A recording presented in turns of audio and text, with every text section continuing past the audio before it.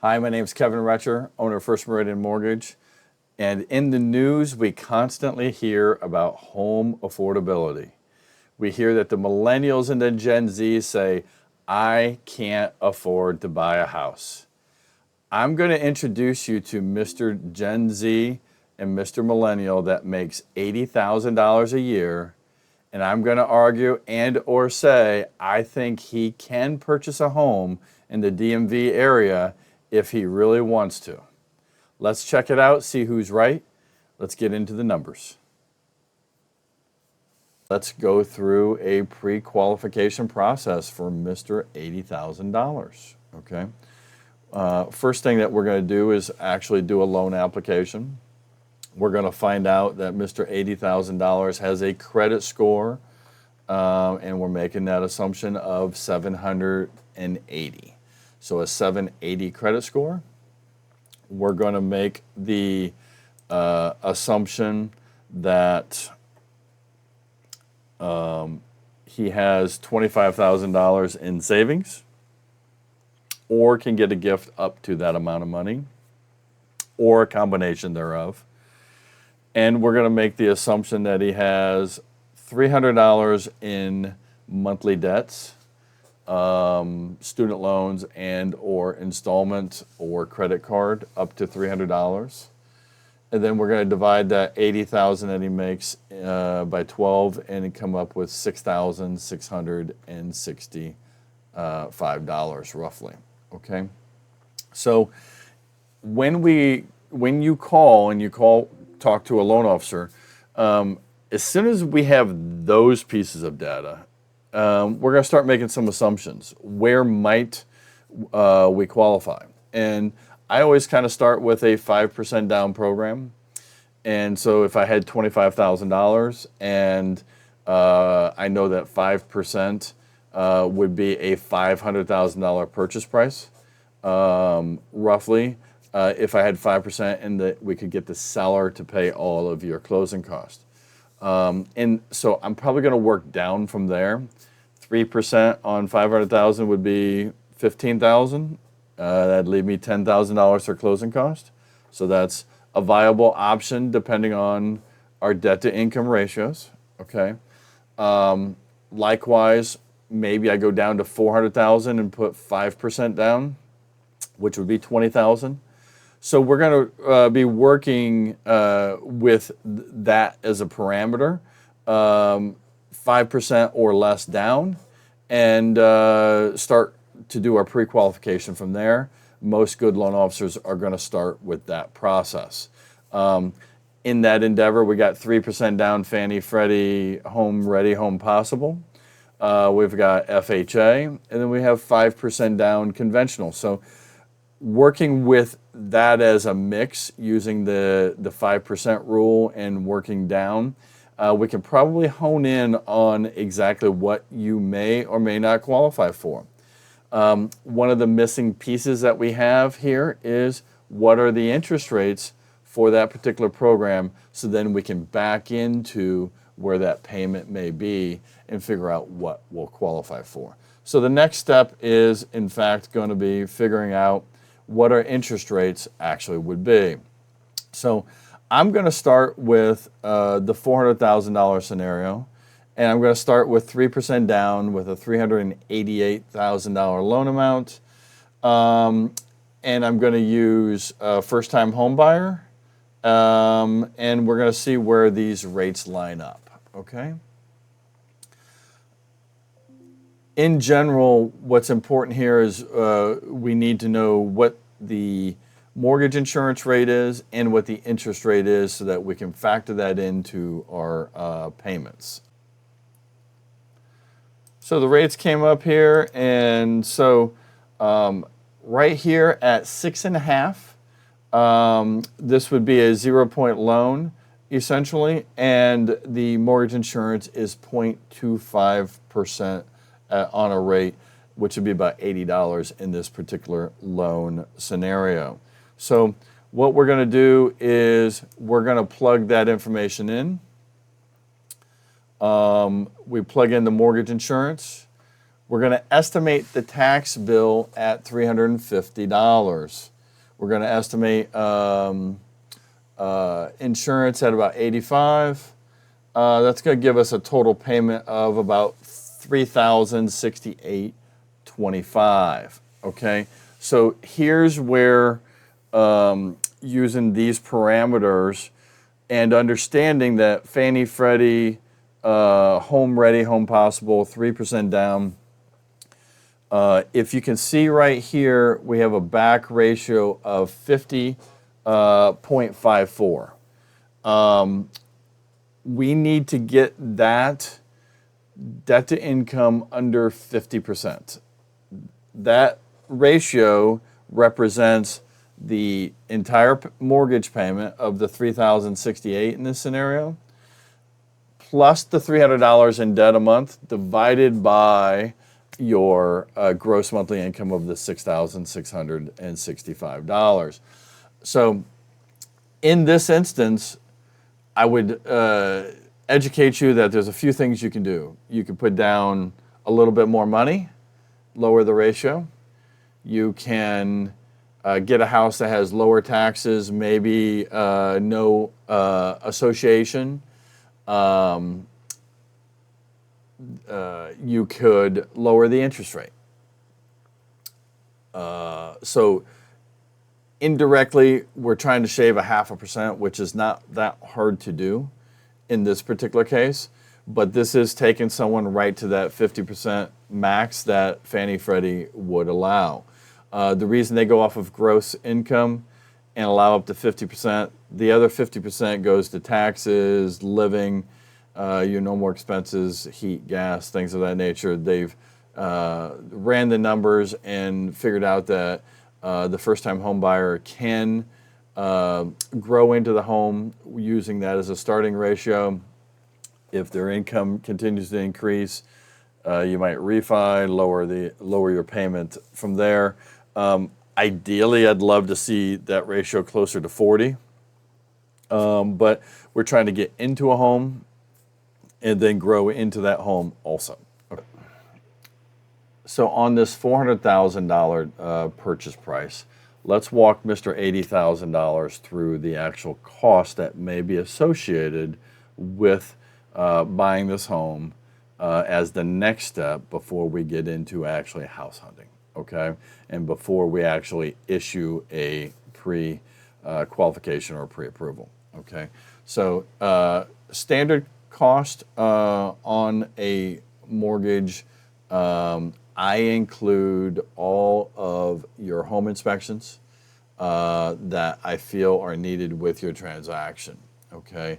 You should ask your loan officers to include that so that you're not shelling out money for inspections and then coming up short at closing, okay? Because we only have the $25,000 to work with in this particular situation.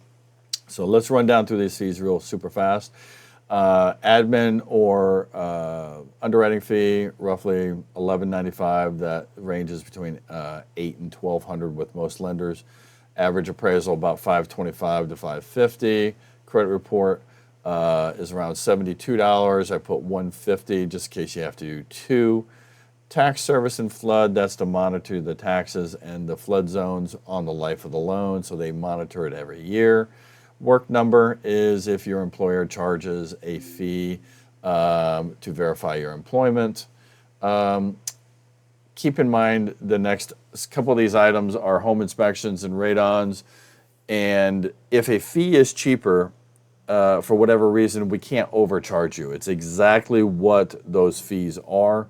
And if you don't do an inspection, that fee comes off. So just because they're on your loan estimate doesn't mean you have to pay them if you don't do them. And if you do them and they're higher or more expensive, then you have to pay that difference.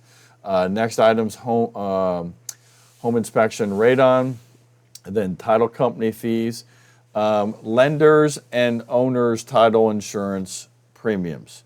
Title insurance protects the lender, does not protect you, and owner's policy protects you. Title insurance protects that there's no other long lost heir that has a right to this house. You could buy the house. Someone comes and says, someone sold you the house, but it was mine. They can prove that. They get the house back. You don't. The insurance protects your money in the transaction and makes you whole if you have the owners. So highly recommend that you do the owners. Short closing letter protects the money in the transaction. Recording service. Most of the companies do a digital recording, and they have a small fee for that.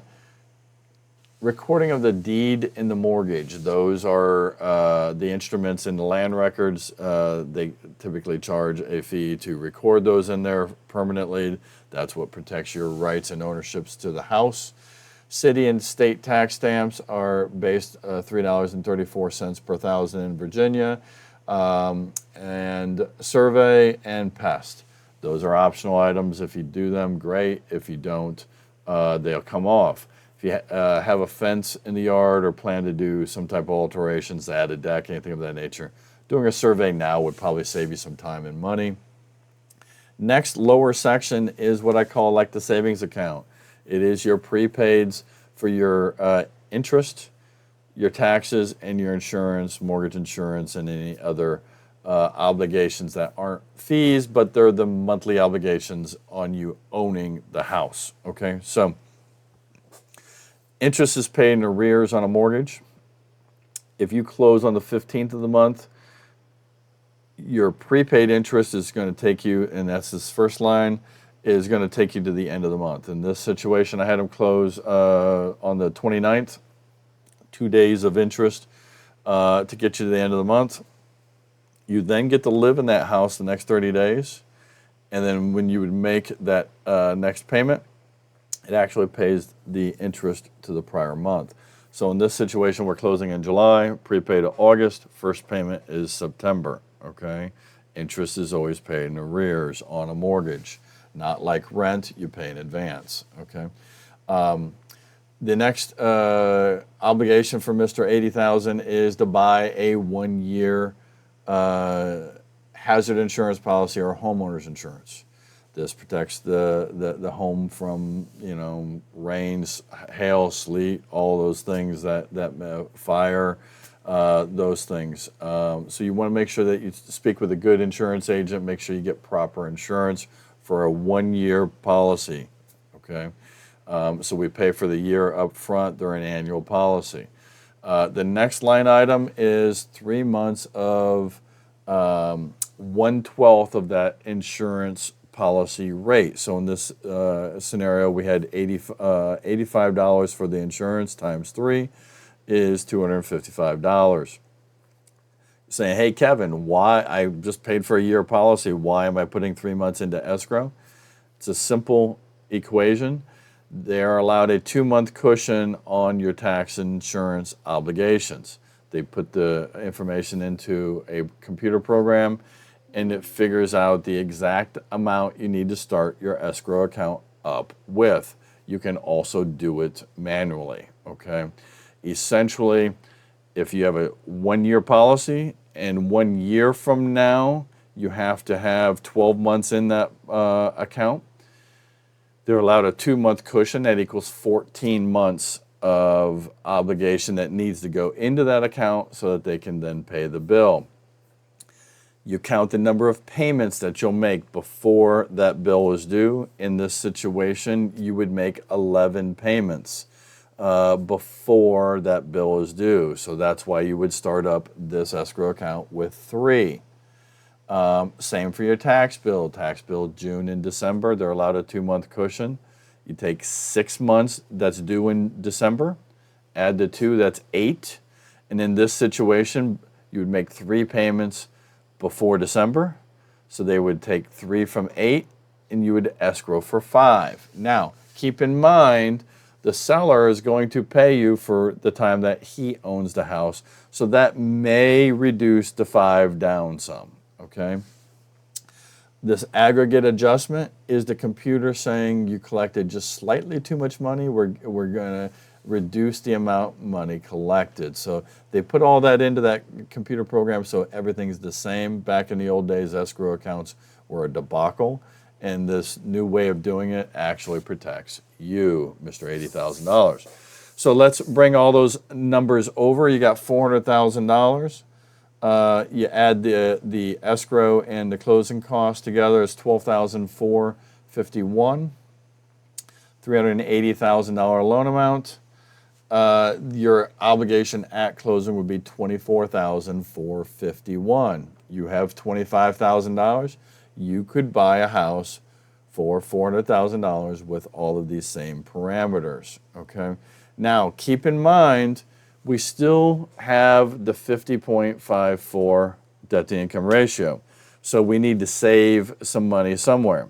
A few things you can do on this particular deal is you could potentially ask for a seller concession of maybe, technically you can get up to 3%, up to $12,000.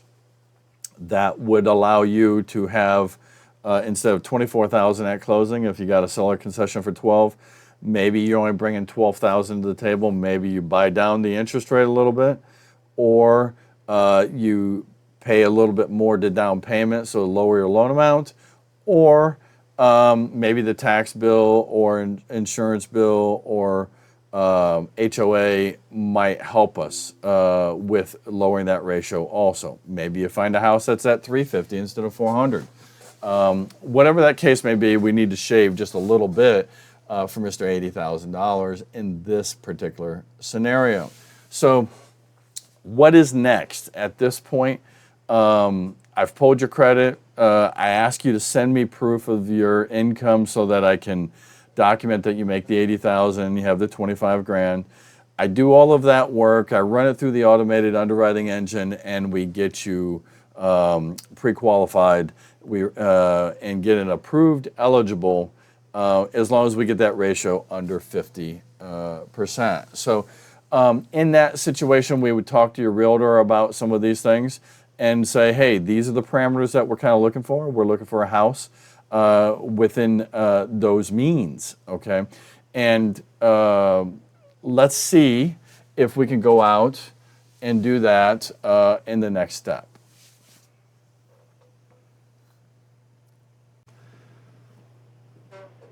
So now we're looking at, we need to engage with our realtor and try to figure out whether or not we can actually buy something, okay?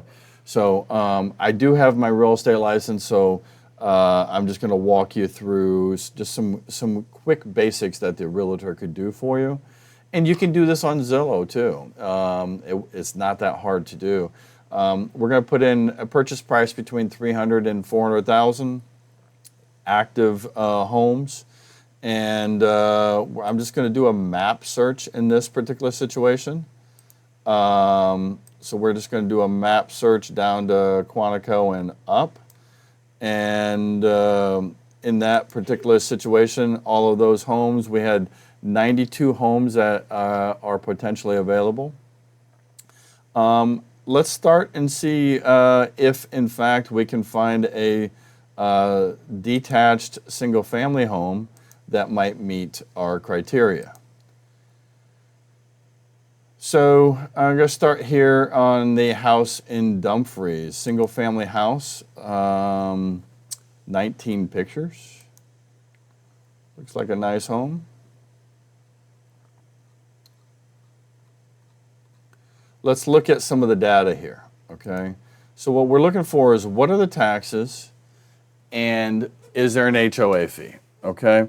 In this particular situation, we're looking at taxes of $2,940. Does that meet our under 350?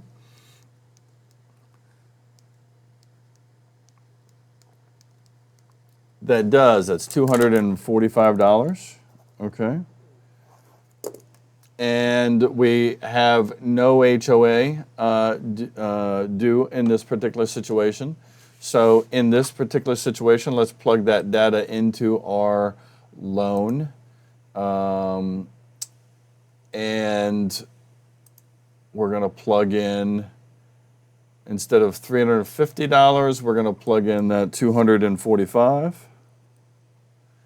And we're going to remove the HOA.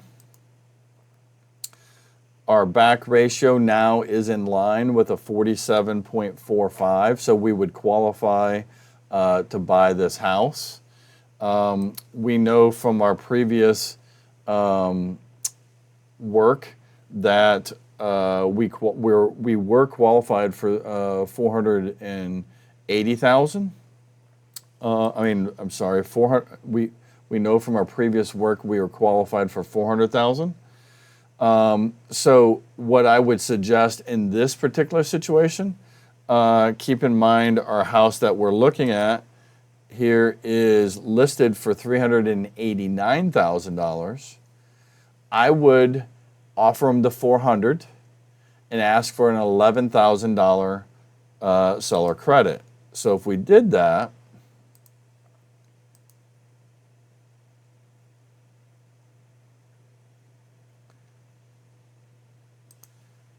we plug that in.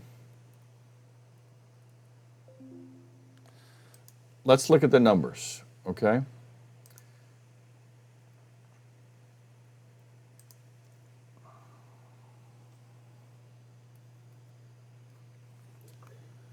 So in this particular situation, closing costs still are the same because we did 400,000. The escrows are less. We got $11,000 credit. Client would bring $12,926 to the closing table.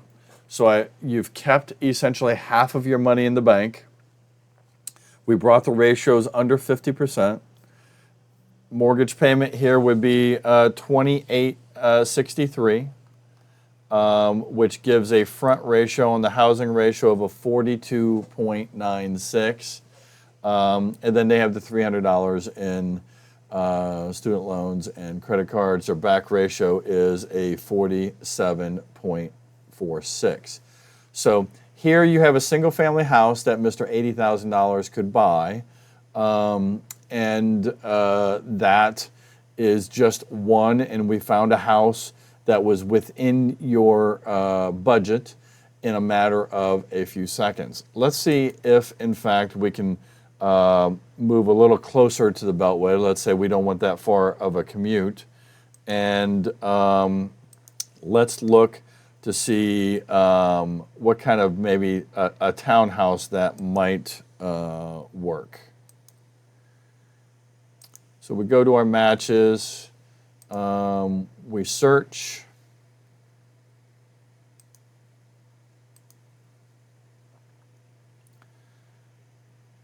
And trying to stay away from condos. Condos can have a higher potential fee. Let's grab this house right here, 385, 14293 Felty Place. 385 purchase price, has taxes at $28.74 and an HOA dues of $65. So let's write that down, 2874 and 65. So if we take the 2874, divide that by 12, that is $239 per month. So let's go ahead and make that adjustment.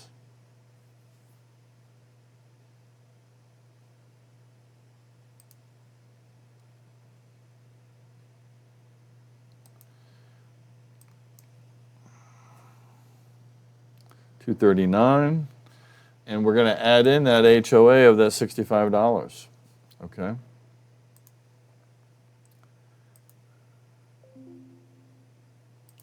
So in this particular situation, the purchase price was $385.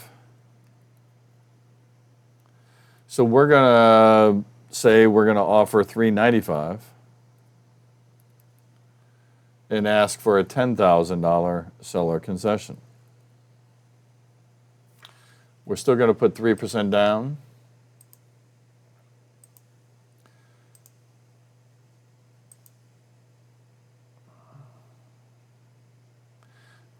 and we're going to ask for 10 grand.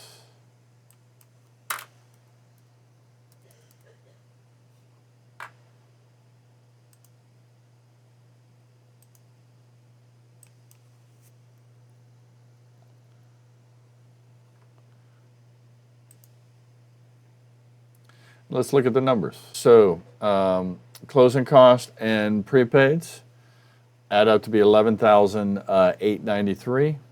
Purchase price $395. Total obligation $406. Loan amount $383.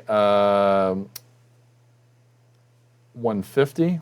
$10,000 seller credit. In this particular case, bring $13,000, $13,743 to the closing table. You still have $11,000 left in your bank to potentially buy some furniture. So we just went through two scenarios, a single family house, and we went through a grabbed a townhouse. And you say, well, Kevin, I want to live closer to work and I want a condo. Can I buy a condo? All right, condos are going to get a little bit more tricky. You got to sit there and evaluate the condo association dues, okay? Keep in mind those dues can change. So I might be able to get you into a house, but you might not be happy later if they, in fact, then raise those condo dues on you later. So you need to keep that in mind, that condo dues, they're do cover the entire complex. So you definitely want to look at reserve studies and things of that nature, make sure they have everything budgeted for and no big assessments potentially coming up, okay? But let's go ahead and jump into trying to figure out if we can, in fact, buy a condo, okay? So let's get into that. So this is the same list that we had before. I'm going to try to find something in Alexandria that we might be able to buy. Okay, here's a 2-bedroom condo, Martha Custis Drive, $349,000. Tax bill is $2,764. HOA co-op $871. I probably would avoid that particular home based upon the condo fee itself. So let's look for another one, see if we can find one that looks more reasonable. This is not a high-rise. I'm probably more apt to do a non-high-rise myself. $450 monthly condo fee. Let's work with this one and see if we could buy this particular condo.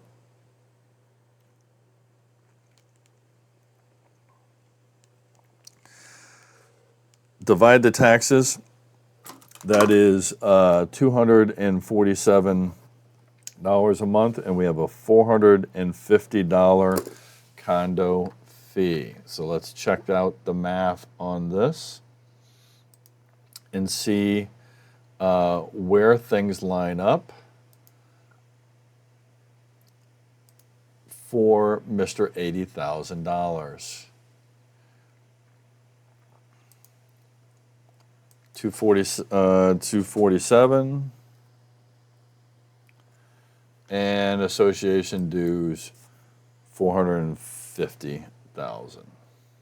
I mean $450.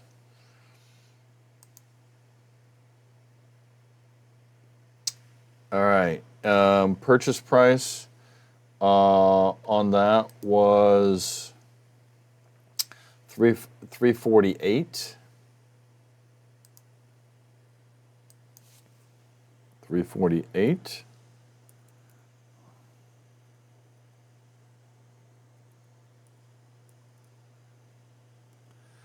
And we're looking at 3% down. One other factor that I have to throw into here is condos sometimes can have different price when it comes to the interest rate. So I have to change that to a condominium.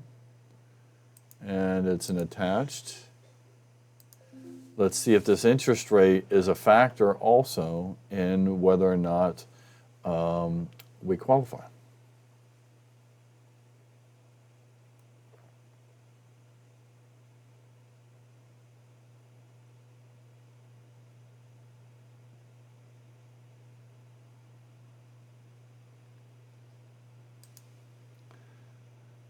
All right, so in this particular situation, you can look at the fees over here. Because we're in a home affordable product and we're under income limits with the 80,000, these adjustments for the condos did not come into play. See, there was a 3/4 adjustment for the condo, but because we're under the home affordable, that is capped. Okay, I just want to show you real fast on a conventional loan. Because you're a first-time home buyer, that is similar, okay? But if you are not a first-time home buyer, that interest rate would be significantly higher. So we just verified that we're good on our interest rate. We've changed the purchase price, lowered that down. In this particular situation, we could still ask for the $10,000 seller concession. So if we were doing all of that, our back ratio here is a 49.3, which works. And we got the $10,000 seller concession. We have you bringing about $12,000 to the closing table. So in closing, Mr. $80,000, I just walked you through buying a single-family home, a townhouse, and a condo. I don't know what more proof I would need to give you that you can buy a home in the DMV area. My name is Kevin Retcher, owner of First Meridian Mortgage. Give me a call. Let me get you pre-qualified. Let me tell you the criteria you need to tell your agent that you need. If you need a real estate agent, I have over 500 in my database. I'd be happy to refer someone to you that can accomplish your mission in being a homeowner. Again, my name is Kevin Retcher. I'm a veteran-owned business, been in business for over 27 years. I've never missed a closing date in my life. I'm licensed in Virginia, Maryland, and DC. I'd be happy to help you. To all the Marines out there, Semper Fi. I'll talk to you soon.